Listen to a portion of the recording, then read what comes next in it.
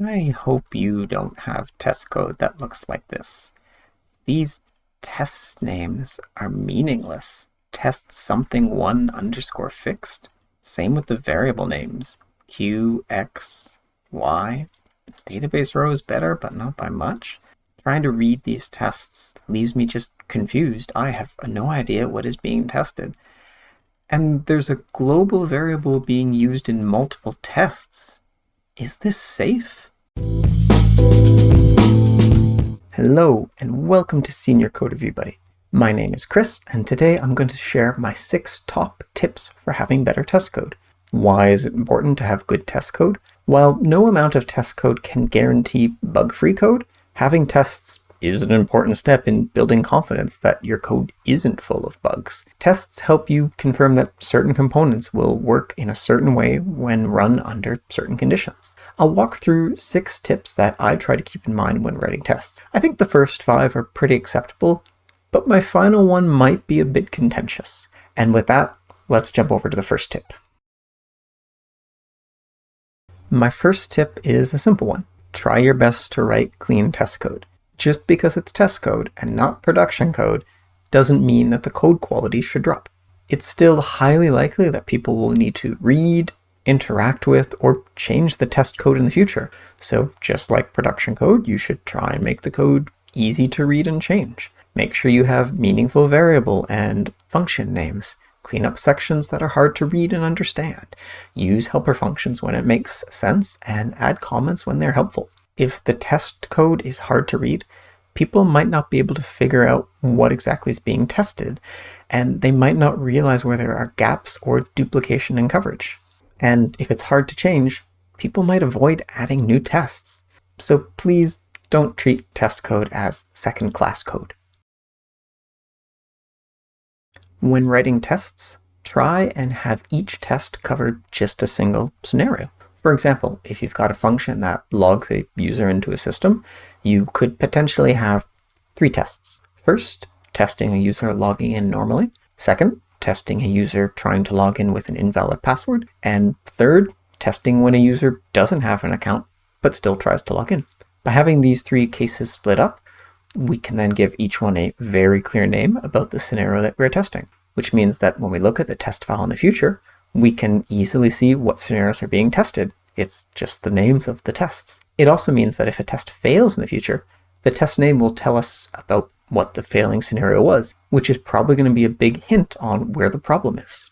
In our login function example, we might realize later that sometimes we delete user accounts. In that scenario, we would expect the user to not be able to log in. Is that actually what happens? We can easily look at the test code and verify that we don't currently test this scenario, and then we can add a new test to cover it and ensure things work as expected in that case. If multiple scenarios instead are all put in a single test case, it's not as easy to know what scenarios are being tested. Instead of being able to just read the test name, we're probably going to need to dig into the test and read a lot more code, which means it's now going to be non-trivial to understand what you're testing in a test file. And if one of those multi-scenario tests fail, again, we'll need to dig into the code to figure out which scenario is failing before we can even think of starting to fix it. So try and have each test represent just a single scenario.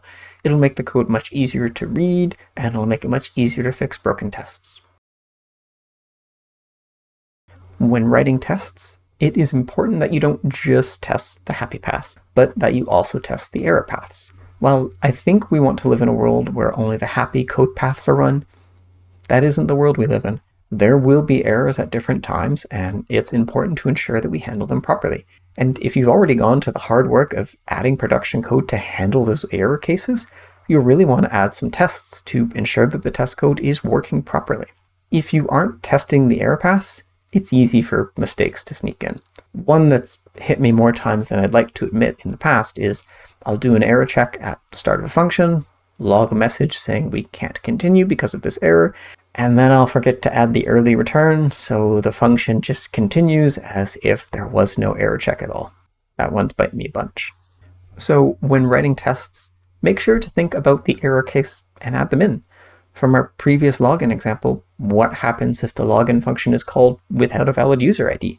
seems like an error condition to me, and I think we want to make sure that we handle it properly. I previously had made a video focused just on this topic, and I've put a link to it in the description below if you want to take a look at that. So we've got tests for the happy path and for the error cases. Are there any other cases we should consider? Yep, edge cases. Edge cases are kind of a cross between your happy path and error cases. Edge cases aren't inputs that are wrong or invalid, but they are pushing against some edge in your code somewhere, hence the name. For example, let's say we're writing a string split function. It takes in a string and a split character and returns a list of all the substrings that we create if we split on that split character with the split characters removed.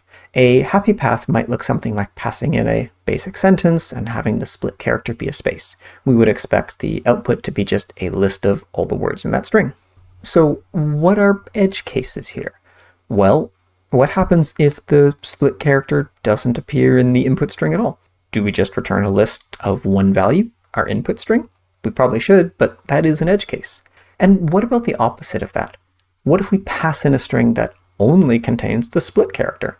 That's a valid input, but is our output what we think it should be? Should we expect an empty list or a list of empty strings? When trying to figure out edge cases, it can be helpful to think about minimum or maximum values that you could pass in as arguments, or the minimum or maximum outputs you could see the function giving.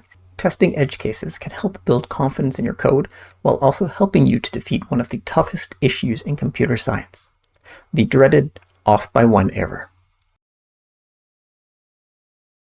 When writing tests, it's really important that you avoid relying on any external dependencies. Anything that lives outside your code repo or isn't initialized by the test itself should probably be considered an external dependency and avoided. You want to avoid dependencies outside of your repo because they can change independently from your tests, and you can go from having a test passing to failing without you having changed anything.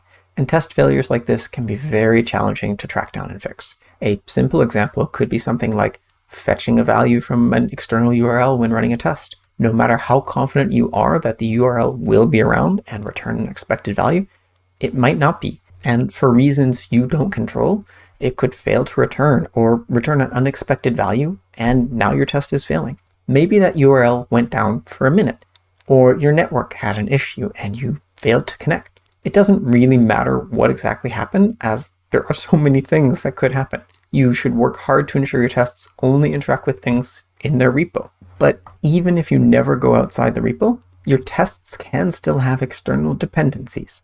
Kind of.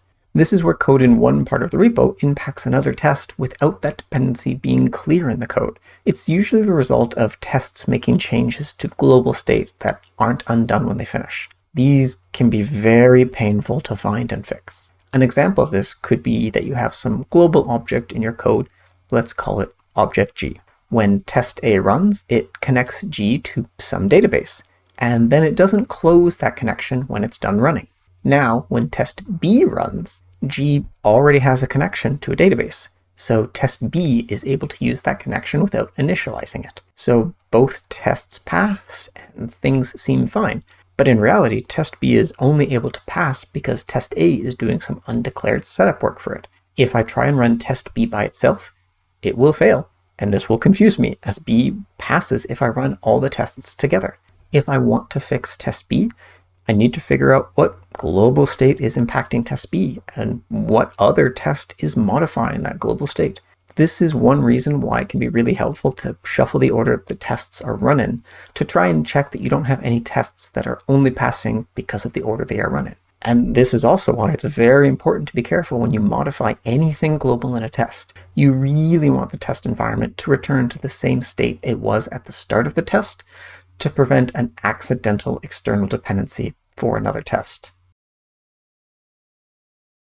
I think this tip could be a bit contentious, which is why I saved it for last. I think you should try and only test the public interfaces of your code.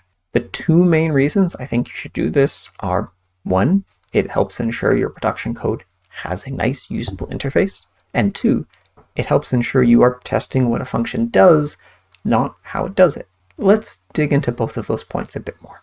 When I say it can help ensure your production code has a usable interface, that's because you are forcing yourself to use that interface. I've had a number of times in the past where I've written some production code, and then when I've gone to write the tests, I've realized that despite thinking that interface was decent, it was terrible. It was painful to try and use in the tests. So I would go back and make a better interface. So by forcing myself to use that public interface, I make myself the first consumer of my new API. And if it's got issues, it'll be harder for me to miss or ignore them. And the other advantage of testing the public interface is you are more likely to be testing what the function does as opposed to how it does it. For example, I could have a function that returns a list of users that have used a certain feature. If I know this function works by querying a certain database, I might be tempted to mock out that database call in my tests and ensure the right query is sent. While this will probably work, it's fragile. What if this function is modified down the line to not query that base directly,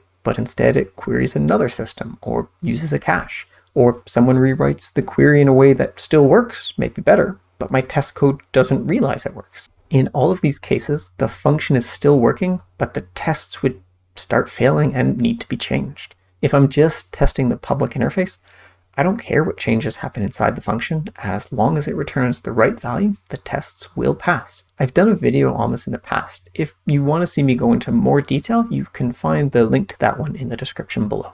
And those are my 6 tips for writing better test code. Hopefully with these tips in mind, you'll find it easier to write better test code in the future. If you have any tips that I didn't mention here, I'd love it if you could leave a comment below sharing them. And if you disagree with any of my tips, I'd also love it if you'd leave a comment below letting me know why you disagree.